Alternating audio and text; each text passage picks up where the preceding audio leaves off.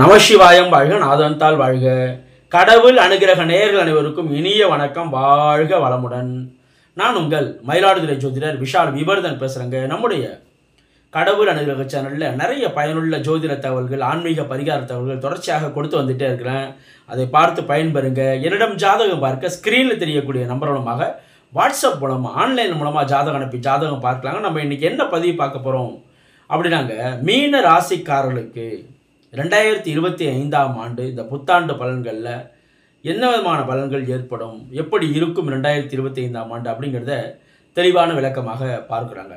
2025ஆம் ஆண்டு 3 முக்கியமான பெயர்ச்சிகள் நடக்க இருக்குதுங்க.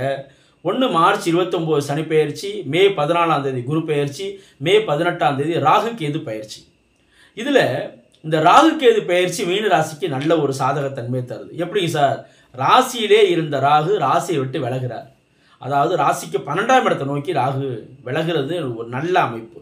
அதற்கு அடுத்தது நீங்கள் பார்க்கும்போது குரு பெயர்ச்சி.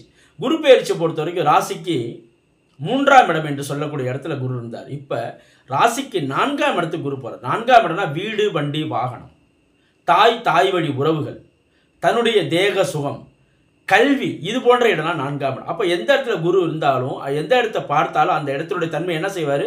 வளர்ப்பார். அப்போ இந்த இடத்துல நீங்கள் பார்த்தீங்கன்னா நல்ல இதுவரைக்கும் கல்வியில் தடை தாமதங்கள், கல்வியில் ஒரு நல்ல மாற்றம், தாய் வழி உறவுகளில் ஒரு நல்ல மாற்றம், தாய் வழி சொத்துக்கள் வர வேண்டிய விஷயங்களில் ஒரு நல்ல மாற்றம், இது எல்லாமே ஏற்பட இருக்குது அப்படின்னு சொல்லலாம். வீடு கட்டு தொடங்குவதற்கான ஒரு சுப கடனை ஏற்படுத்தக்கூடிய தன்மை, இது எல்லாமே 4ஆம் இடத்து குரு தருவார். 4ஆம் இடத்து குரு 4ஆம் இடத்துலேருந்து எங்கே பார்ப்பார்? 8ஆம் இடம் திடீர் அதிர்ஷ்ட வாய்ப்புகளை பார்ப்பார்.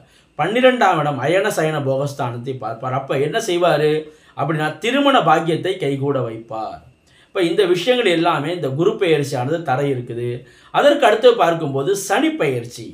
இந்த சனி பெயர்ச்சியானது ராசிக்கு 12ஆம் இடத்துல விரய சனியாக இருந்த சனி பகவான் ராசியிலே ஜென்ம சனியாக அமர இருக்கின்றார்.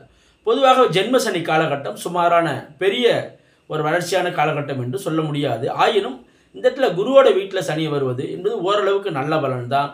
ஜென்ம சனி காலகட்டத்தில் எதையும் தடாலடியான முடிவு எடுக்கக்கூடாதுங்க.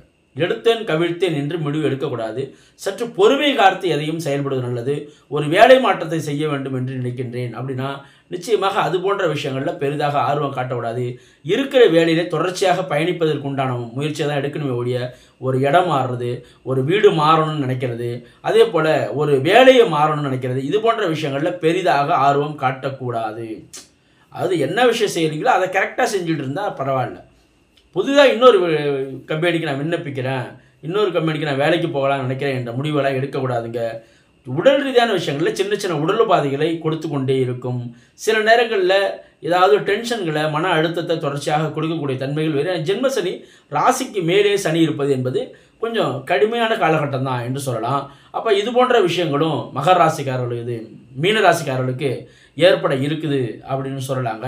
இந்த தாக்கத்திலிருந்து முழுமையாக விடுபட எது போன்ற வழிபாடு எடுத்துக்கிட்டால் மீனராசிக்காரர்களுக்கு நல்ல மாற்றங்கள் தரும் அப்படின்னு பார்த்தீங்க அப்படின்னா, மீனராசிக்கு அதிபதி குரு பகவான் இருக்கிறதுனால தட்சிணாமூர்த்தி வழிபாடு, தட்சிணாமூர்த்தியோட வழிபாடும், மீனம் என்பது கடல் ராசியாக இருப்பதனால குரு பகவான் அப்படி சொல்லும்போது குரு முருகப்பெருமானையும் குறிக்கும் என்ற அடிப்படையில் திருச்செந்தூர் முருகன் கோவிலுக்கு அடிக்கடி சென்று வருவது என்பது ஒரு நல்ல மாற்றத்தை உங்களுடைய வாழ்க்கையில் ஏற்படுத்தி தரும் என்று சொல்லலாங்க.